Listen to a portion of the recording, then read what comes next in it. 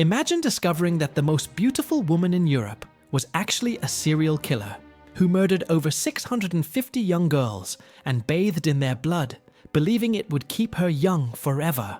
Meet Elizabeth Bathory, a Hungarian countess who turned her castle into a torture chamber and her beauty routine into mass murder. This isn't some vampire fiction or gothic horror story. This is documented history from the 1600s about a real woman who was so obsessed with staying young and beautiful that she created what historians call the first beauty industry built on systematic murder. We're talking about someone who had young women delivered to her castle like packages, tortured them with medieval devices, and literally bathed in their blood while convinced it was the secret to eternal youth. But here's what's going to absolutely destroy your mind.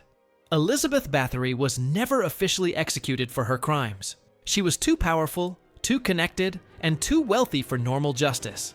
Instead, she was walled up alive in her own castle and left to die slowly, which might actually be a worse fate than anything she did to her victims. And the most insane part? Her blood-bathing beauty routine actually worked according to some historical accounts. Witnesses testified that she looked decades younger than her actual age right up until her death, which raises the terrifying question: what if her horrific method actually had some twisted scientific basis? To understand how Elizabeth Bathory became history's most prolific female serial killer, you need to picture 16th century Hungary, where she was born into one of the most powerful families in Europe. The Bathorys weren't just wealthy nobles. They were essentially royalty who owned entire regions and commanded private armies larger than most countries' militaries. Elizabeth was born in 1560, with everything a person could want: incredible wealth, stunning beauty, and unlimited power. Contemporary accounts describe her as extraordinarily beautiful, with pale skin, dark hair, and an almost supernatural ability to capture attention whenever she entered a room. She was literally considered the most beautiful woman in the Hungarian court, which meant she was competing with the most gorgeous women in Europe. But the Bathory family had a dark secret that everyone whispered about, but nobody dared say publicly. They were known for extreme sadism, mental instability, and what we would now recognize as psychopathic behavior. Elizabeth's uncle was rumored to be a devil worshipper who practiced human sacrifice. Her aunt was allegedly a lesbian who tortured her female servants for sexual pleasure. Her brother was a known rapist who killed peasants for entertainment. So when Elizabeth was married at age 15 to Ferenc Nadasdy, a military commander known for his brutal treatment of enemies, it was like combining two different types of gasoline and wondering why everything exploded. Ferenc was called the Black Knight of Hungary because of his savage warfare tactics, and he taught Elizabeth torture techniques that he used on captured Turkish soldiers. The couple lived in Cachtice Castle, a massive fortress in what is now Slovakia, where they ruled over thousands of peasants who were essentially their property to do with as they pleased. This was a time when nobles could legally kill their servants without consequences, and Elizabeth quickly learned that she could torture and murder people with complete impunity as long as they were of lower social class. But Ferenc died in 1604, leaving Elizabeth a widow at age 44 with unlimited wealth, absolute power, and nobody to control her increasingly violent impulses. That's when her beauty obsession turned deadly. Elizabeth's transformation from beautiful noblewoman to blood-bathing serial killer began with a single moment of violence that would change everything. According to historical accounts, she was having her hair combed by a young servant girl when the girl accidentally pulled too hard, and Elizabeth slapped her so violently that blood splattered across Elizabeth's hand. But instead of washing the blood off, Elizabeth noticed something that would drive her to commit hundreds of murders over the next decade. She became convinced that where the girl's blood had touched her skin, it looked younger, smoother, and more beautiful than the surrounding area. In her mind, she had discovered the secret to eternal youth. This wasn't just vanity or fear of aging. Elizabeth was facing a genuine crisis that many powerful women of her era experienced. At 44, she was considered elderly by 16th century standards, and her political power and social influence were directly tied to her beauty and ability to attract and manipulate men. Losing her looks meant losing everything that made her valuable in aristocratic society. So Elizabeth began what she called her beauty treatments, with increasingly elaborate and horrific rituals. She started by having servants beaten until they bled, then collecting their blood in basins to wash her face and hands. When that wasn't enough, She progressed to having girls hung upside down and cut so their blood would drain directly onto her body while she bathed. But the blood had to be fresh, and it had to come from young, beautiful virgins. Elizabeth became convinced that the purity and youth of her victims would transfer to her through their blood. She developed an entire pseudo-scientific theory about blood types, age of victims, and optimal torture methods to extract the most potent blood for her beauty routine. The process became increasingly ritualistic and elaborate. Elizabeth would have her victims tortured for hours or even days before killing them, believing that terror and pain somehow purified their blood and made it more effective for her purposes. She used medieval torture devices, including iron maidens, thumbscrews, and devices designed to slowly crush bones while keeping victims alive as long as possible. What started as occasional murders for beauty treatments quickly escalated into an industrial-scale killing operation that turned Cachtice Castle into what historians now call a murder factory. Elizabeth didn't just kill randomly.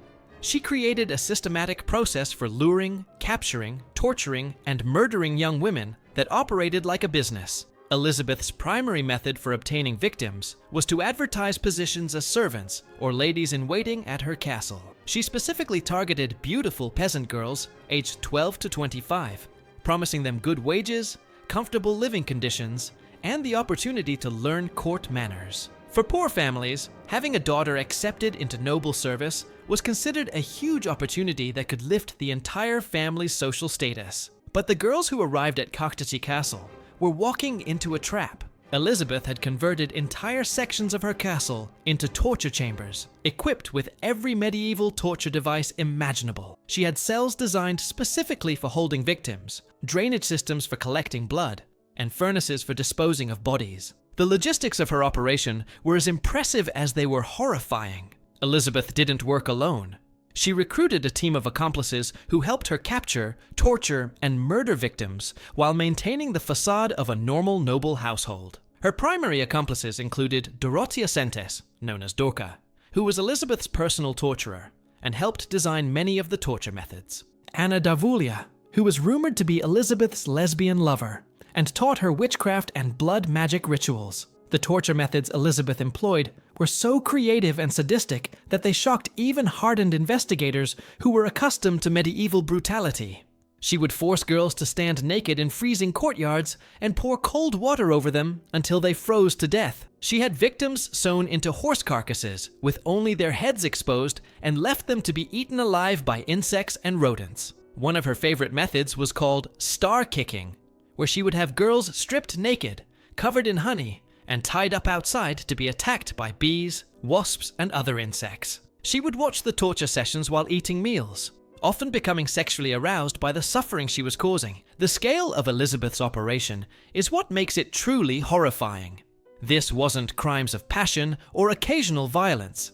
It was systematic mass murder carried out over more than a decade with methodical precision. Conservative estimates suggest she killed at least 650 young women, though some historians believe the actual number could be over 1,000. Elizabeth Bathory's reign of terror finally came to an end in 1610, but not because anyone cared about the hundreds of peasant girls she had murdered. Her downfall came because she made a crucial mistake that would prove fatal to her entire operation. She started killing girls from noble families instead of just peasants. The investigation began when King Matthias II of Hungary received complaints from several aristocratic families whose daughters had disappeared after going to serve at Cachtice Castle. Unlike peasant families, who had no legal recourse when their children vanished, noble families had the political power to demand answers and the connections to force an investigation. Count Gyorgy Thurzo, Elizabeth's own cousin and the Hungarian Palatine, was ordered by the king to investigate the allegations.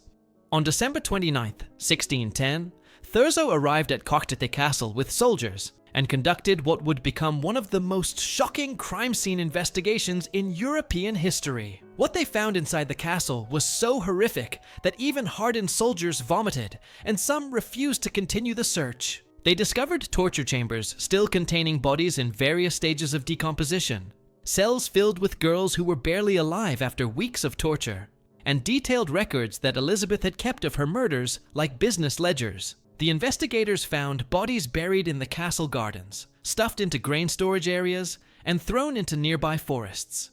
Some victims had been fed to Elizabeth's dogs or thrown into rivers. The evidence was so overwhelming that there was no possibility of denial or cover-up.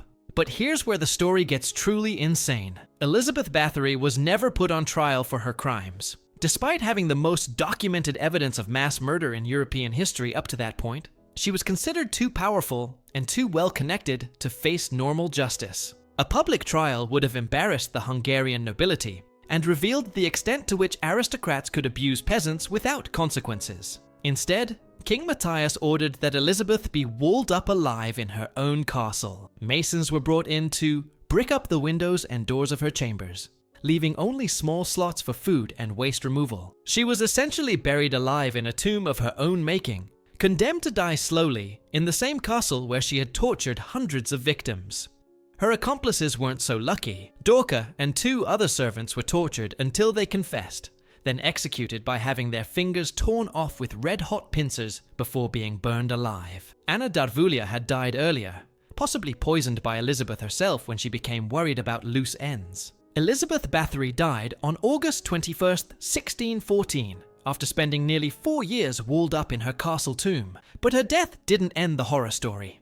It created a legacy that continues to influence how we think about beauty, aging, and the lengths people will go to preserve their youth. The most disturbing aspect of Elizabeth's story isn't just the number of people she killed, or the creative torture methods she employed. It's the fact that, according to multiple witness testimonies, her blood-bathing routine actually appeared to work.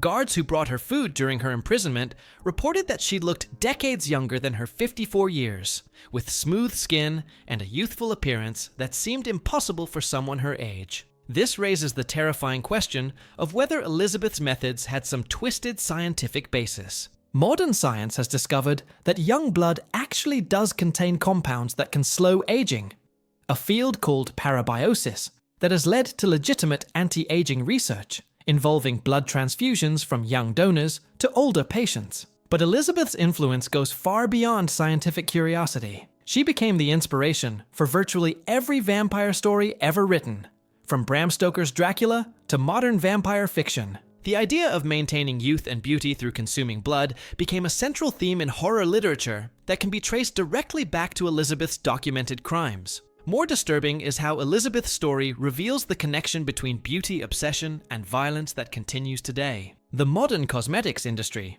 worth hundreds of billions of dollars, is built on the same fundamental desire that drove Elizabeth to murder: the belief that youth and beauty are worth any price and can be maintained through the right products and procedures. Elizabeth Bathory proved that unlimited wealth and power, combined with vanity and complete lack of empathy, can create monsters that make fictional villains look reasonable by comparison. She wasn't insane in any legal sense. She was calculating, methodical, and completely rational according to her own twisted value system. Her story also demonstrates how societies protect powerful people even when their crimes are undeniable. Elizabeth escaped justice not because there wasn't evidence of her guilt, but because holding her accountable would have been inconvenient for other powerful people who benefited from the same system that allowed her to commit mass murder. Today, when you see the lengths people go to maintain their youth and beauty, cosmetic surgery, expensive treatments, experimental procedures, remember Elizabeth Bathory. She represents the logical extreme of beauty obsession, showing what happens when the desire to stay young becomes more important than human life itself. The Blood Countess died alone in her castle tomb, surrounded by the stones that sealed her fate. But her legacy lives on in every person who looks in the mirror and wonders what they would be willing to sacrifice to turn back time. Elizabeth Bathory discovered the ultimate beauty treatment. She just had to murder 650 people to make it work.